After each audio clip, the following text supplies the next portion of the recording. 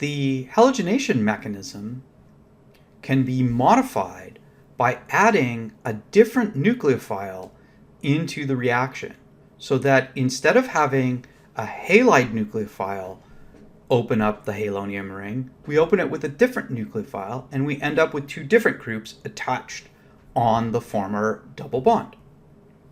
We're going to look at one example of this. The reaction itself is called the halohydrin formation because the product is generally called a halohydrin. If we look at our observed reaction, we see that we start with an alkene, we put a halogen in. The halogen will be the same as in the previous reaction, either chlorine or bromine, Cl2 or Br2. But then we run that reaction dissolved in a large amount of water. At the end of the reaction, we will get a product where there is a halogen attached to one of the carbons of the former double bond, but there's a hydroxyl group attached on the other carbon.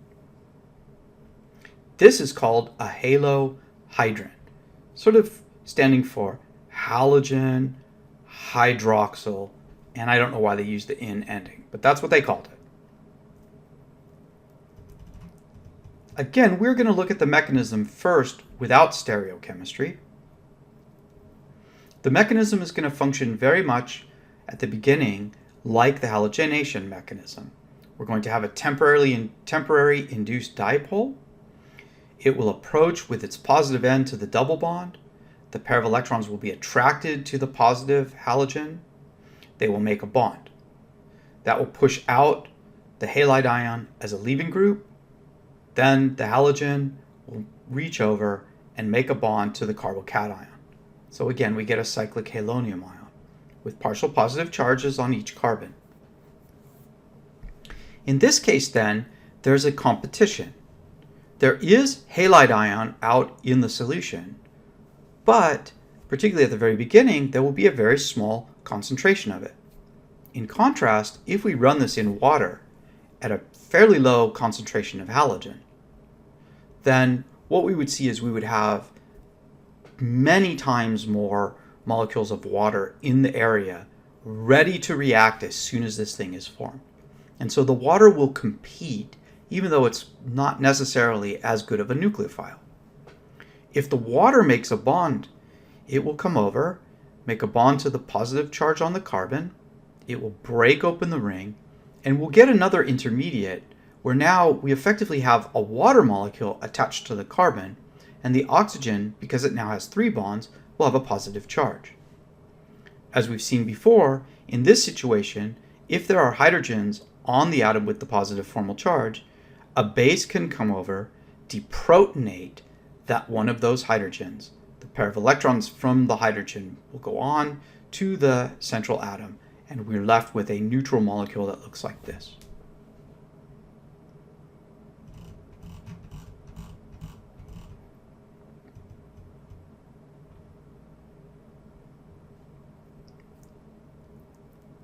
The stereochemistry of this reaction is similar to that of the halogenation reaction. The groups attach with anti-addition. We'll use a similar example molecule. I've added a methyl group here. We'll use that then when we look at regiochemistry. In this case then, what we would see is that the halogen would react, we would get 2 halonium ions, and then the water would attack from the opposite face, so that essentially after deprotonating, so water attacks, deprotonate, we would end up with halogen attached to one face, hydroxyl group on the opposite face. Now, I've only shown one carbon of attack for a reason that'll become evident below when I look at the regiochemistry. If we were to have attack on both carbons, we would get a total of 4 products that would be different from each other. So just to keep it less confusing, I omitted attack on the other carbon.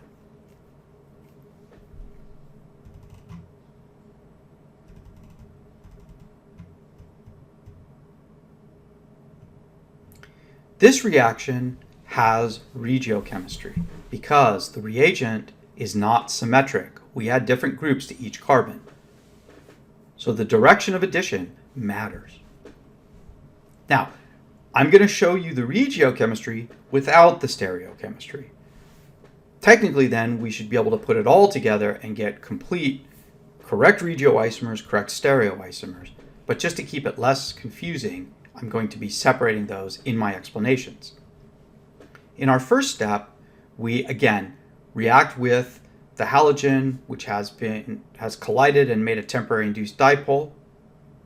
We create a halonium ring. This is basically almost a synchronous process, and as a result, we get a syn addition. We attach to both sides of one face of the ring. When we look at this then, we see that the positively charged halogen is pulling electrons away from the two carbons and creating partial positive charges on the carbons. In this example, the carbons are not symmetrically substituted. Instead, one carbon, the right-hand carbon right here, has more carbon groups attached. From our earlier discussion of carbocations, we should recall that the more carbon groups attached to a carbocation, the more stable it is. So the halogen then has a choice of just staying exactly in the middle and putting the same size partial positive charges on both carbons. Or what it could do, similar to what we saw in the oxymercuration reaction, it could lean toward the less substituted carbon. Again, this would be caused by sterics, where the large halogen would prefer to be on the less substituted side, and electronics, where when the halogen leans, it creates a larger charge on one carbon, and that larger charge would prefer to be on the carbon that already has the most carbon groups. At this point then, with one of the carbons having such a larger positive charge, the nucleophile will be more strongly attracted to that carbon, in this case, the more substituted carbon. So we expect the nucleophile to add on the more substituted side. After deprotonation then, that puts the halogen on the less substituted side and the hydroxyl group on the more substituted side. And this is our preferred product of the halohydrin reaction.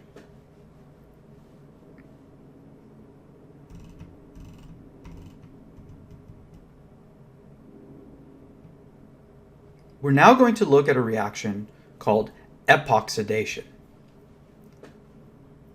The observed reaction looks like this. We start with an alkene and we treat it with a reagent that has this form. This is not a typo. It is indeed a carbon group attached to a carbonyl with two oxygens and then a hydrogen. So it looks almost like a carboxylic acid, but instead of having just a hydroxyl group here, we have a peroxide. These types of acids are called peroxycarboxylic acids, and they are often abbreviated per acids. What's going to happen in this reaction is the double bond is going to become a single bond, and we are going to make a three-membered ring ether, putting an oxygen in between the two carbons and attaching them to both carbons. This type of three-membered ring ether is called an epoxide. We're going to see more of this in a later chapter when we deal with ethers. It turns out to be a very important functional group because it allows us to do very interesting reactions and control stereochemistry and do all sorts of other things. So, an epoxide is a three-membered cyclic ether. The mechanism for this reaction is covered in your book, but it's my belief that it really doesn't add much to our understanding of organic chemistry, so we will not be covering the mechanism. Instead, we're going to need to remember the observed reaction and then learn the stereochemistry. So the stereochemistry of this reaction is syn addition. And the reason for this is that this group reacts and attaches the oxygen in a synchronous mechanism. Synchronous reactions generally have syn stereochemistry, since the atoms that are attaching are connected to each other and simultaneously trying to connect to the alkene, they have to approach from the same face. So they end up attaching to the two carbons on the same face. Like all syn reactions, we can approach from either the top face or the bottom face. So we do get a mixture of stereoisomers. And again, if we look at it from the side, if we attach a reactant, if we attach a group, add a group to the top face, the other two groups that are already on the carbon of the alkene will be pushed down away from it by via CPR. Here's an example in a ring. In a ring, we generally use dashes and wedges. So using this ring, this per acid, this is called per acetic acid because it's the peroxy form of acetic acid. What we see is that we would get roughly 50% of the products with the epoxide coming from the bottom or back face, and the other 50% with the epoxide attaching on the front.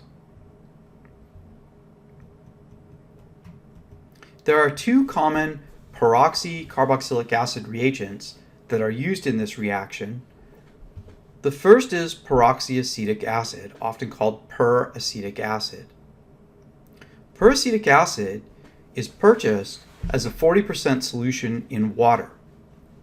It turns out that the water can, in many cases, cause the epoxide to do another reaction, which we're going to talk about in a later section of this chapter. So very often what we have to do is we have to use extraction and extract the peroxyacetic acid into an organic solvent which doesn't have water. This turns out to be very dangerous because once the peroxyacetic acid is removed from water, it becomes explosive. For that reason, organic chemists developed a different peroxy acid reagent, which looks like this. This is benzoic acid with a chlorine, and it turns out, as we'll learn next semester, the chlorine is in what we call the meta position relative to the benzoic acid. Therefore, this has been given the name metachloroperoxybenzoic acid, and the name is abbreviated MCPBA. And in fact, you can just write that MCPBA if you wish. Most organic chemists are going to know exactly what you mean. One of the advantages of this reagent is that it is a solid, so we can obtain it in a relatively pure form. As a solid, it tends to be more stable because it only is able to react on the surface. Reaction into the interior of the crystal is very slow, so it doesn't react explosively in most cases. And finally, it's readily available, it's easy to purify, it's easy to weigh out and get exactly the amount you want. It's a really useful reagent. I used it on many occasions in my research.